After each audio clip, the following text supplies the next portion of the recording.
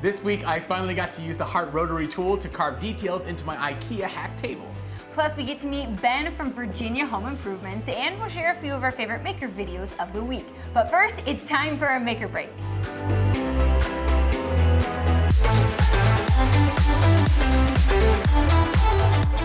Hey guys, I'm Rob. And I'm Sarah, and this week, Rob tried something new with our Heart rotary tool. Yep, I got some carving bits and carved a design into a new circular tabletop that I made for my IKEA end table.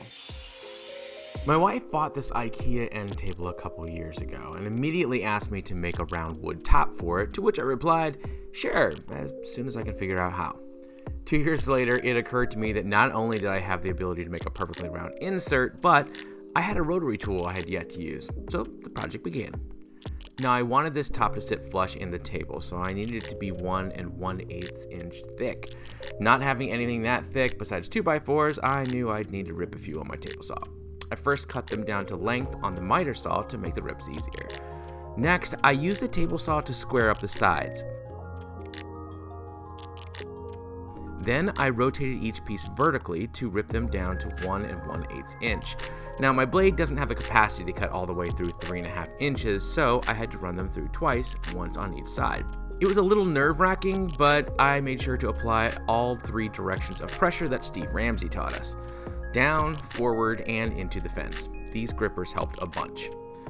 Once I had my pieces cut down, I arranged them on the tabletop to make sure I had a nice pattern between the pieces. I then glued them up in our parallel clamps and let them dry overnight. Now after sanding them as flat as I could, I used my circle cutting jig and my brother's router to cut out the circle. I found my center point and screwed in the pivot piece.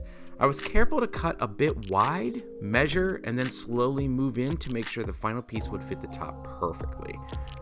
Once I got the diameter right, I slowly made pass after pass, lowering the bit each time until I finally had it cut out. The result was this perfectly round table that fit beautifully into the top. I'd eventually have to route a 1/4 inch round over on the bottom of my new top once I realized that the end table had a routed bottom of its own. Now, part of my plans from the beginning was to cut a shallow band around the diameter of the table and use it as a guide for carving. So I adjusted the bit to only cut around 1/8 inch deep. I moved it 3/4 inch inside the circle and cut a groove around the top. Then I slid the router again and cut an inner circle. Next, I used a pencil to make some guidelines for a kind of wavy pattern I wanted to carve. Then I clamped down the top and grabbed my Heart rotary tool and installed a round carving head that looks kind of like a little ball and started carving.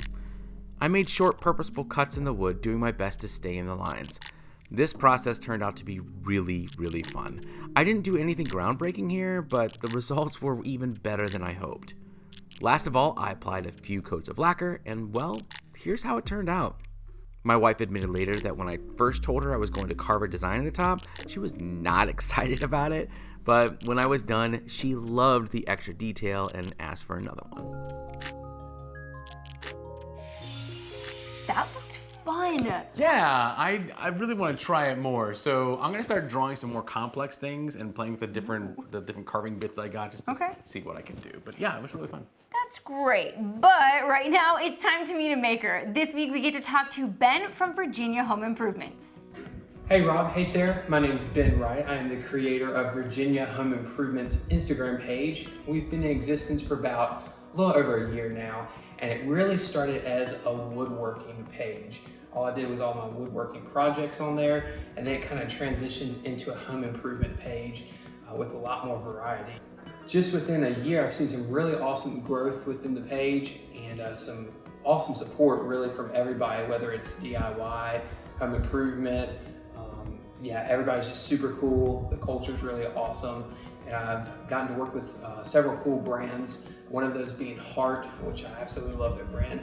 So yeah, it's just been a really, really good year, and I'm looking forward to the future. So tell us a little bit about yourself. Okay, so my name is Ben Wright. I have a wonderful wife and a wonderful daughter. My wife's name is Mandy. My daughter's name is Everly.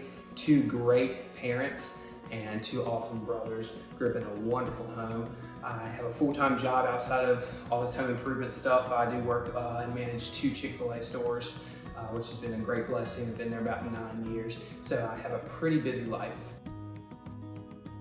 This took a lot of time to think about, but I will have to say it was the house bed that I built for my daughter. She had been wanting it and going crazy over it, and finally I had time and I built it with really no plans, and I just kind of thought everything out. It came together great. I'm going to put some pictures across the screen here. It took about a day to build, and again, it's super easy, and she has really enjoyed that bed. Well, there's a lot of makers out there with different varieties of things, but I have to say one of my favorite makers is Galden Handcrafted, and you definitely should go give him a follow. He actually started making stuff out of leather. I bought a wallet from him, and then he's kind of transitioning into woodworking. He's very talented. I believe, from what I see, anything he does, he'll do great at. So yeah, go give him a follow. I love his page. Well, it is a beast. I'm working on my upstairs bathroom.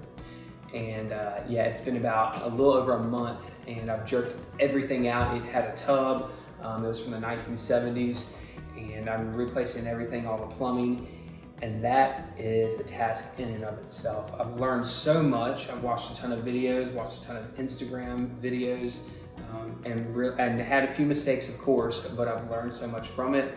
I will put some pictures across the screen here of what I've done so far. And me and my wife are super excited, and even our little girls are super excited as well. Rob, Sarah, thanks for having me on the show. It was an awesome time, and I love collaborating with people. It's really awesome. And again, go follow my page, it's Virginia Home Improvements. And again, thank y'all so much. Thanks so much, Ben. If you guys are not already following him on Instagram, you can find him at Virginia Home Improvements. Before we go, let's take a quick look at a couple of our favorite maker videos of the week. First up, Chris Salamoni shared a build for 2 or 3 desks. I can't really tell. That should be easy enough for anyone to build. Heading over to Fisher's shop, we find the 3rd and final episode of his 3-part series featuring ultimate table saw jigs. The dovetail jig is particularly genius. And finally, Paul over at Jackman Works gave us a detailed tour of his shop, which always looks enormous on camera, but it's only a 1-car garage. Now I feel really spoiled. Last week I made my first mortise and tenon joint, so click here to watch it. Special thanks to Hart for reminding us that we can build anything we can imagine if we do it with heart. All right, break's over. Let's make something.